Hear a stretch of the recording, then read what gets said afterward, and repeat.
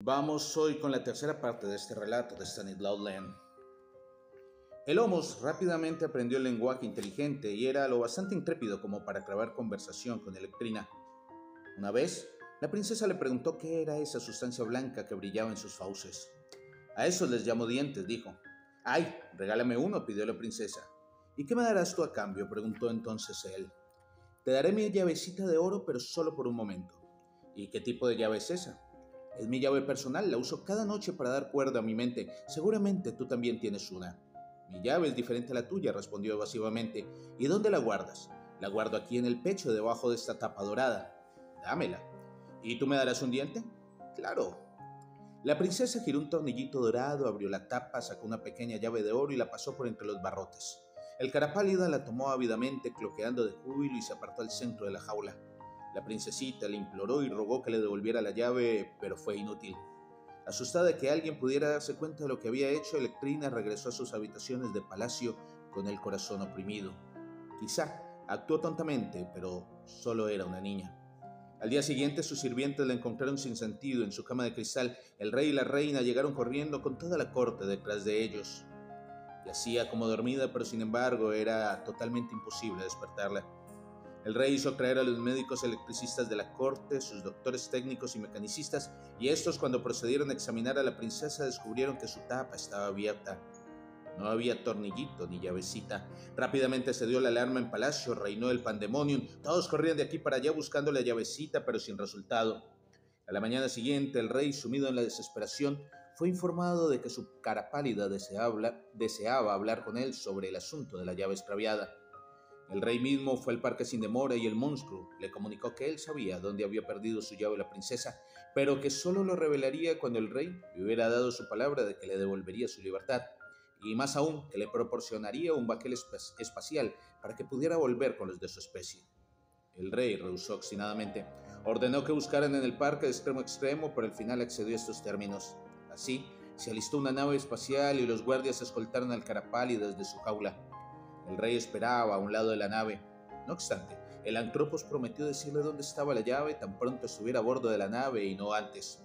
Pero una vez a bordo, sacó su cabeza por un respiradero y, enarbolando la brillante llave, gritó: «Aquí está tu llave. Me la llevo conmigo, rey, para que tu hija nunca jamás despierte. Porque tengo sed de venganza, pues tú me humillaste al tenerme en una jaula de hierro para que fuera el esmerreír de todos».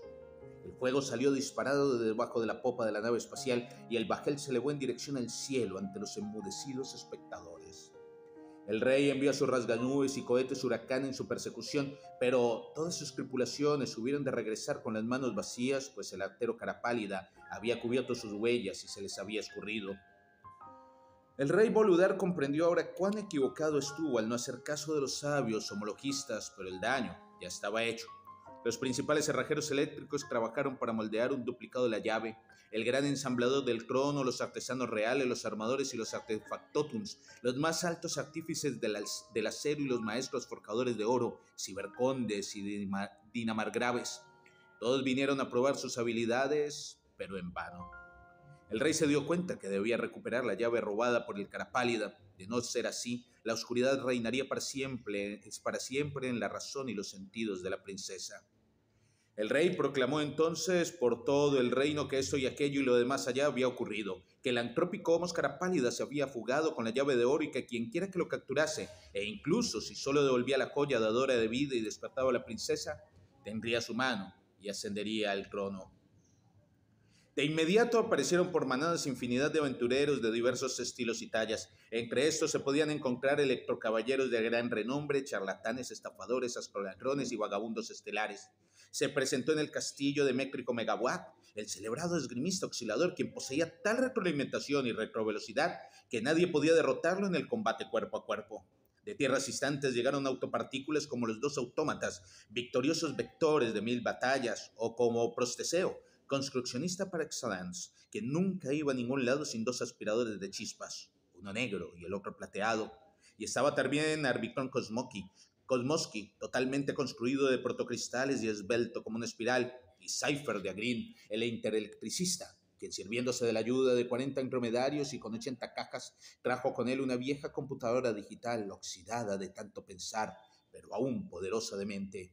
Llegaron 3 campeones de la raza de los selectivitas, Diodio, Triodo y Ectodio, quienes tenían un vacío perfecto en sus cabezas. Sus negros pensamientos eran como la noche sin estrellas. Vino también Perpetuan, todo en armaduras de Leiden con su conmutador cubierto de moho de 300 encuentros, y Macris Perforatem, que nunca dejaba pasar un día sin integrar a alguien. Este trajo a Palacio su cibercorcel invisible, un supercaballo de batalla al cual llamaba Megaso. Se congregaron todos y cuando la corte estaba en pleno, rodó un barril hasta el umbral y de él se derramó en forma de mercurio Ergio, el autoinductivo, quien podía asumir el aspecto que deseara. Y mañana continuaremos con este relato de Stanislaw Lem.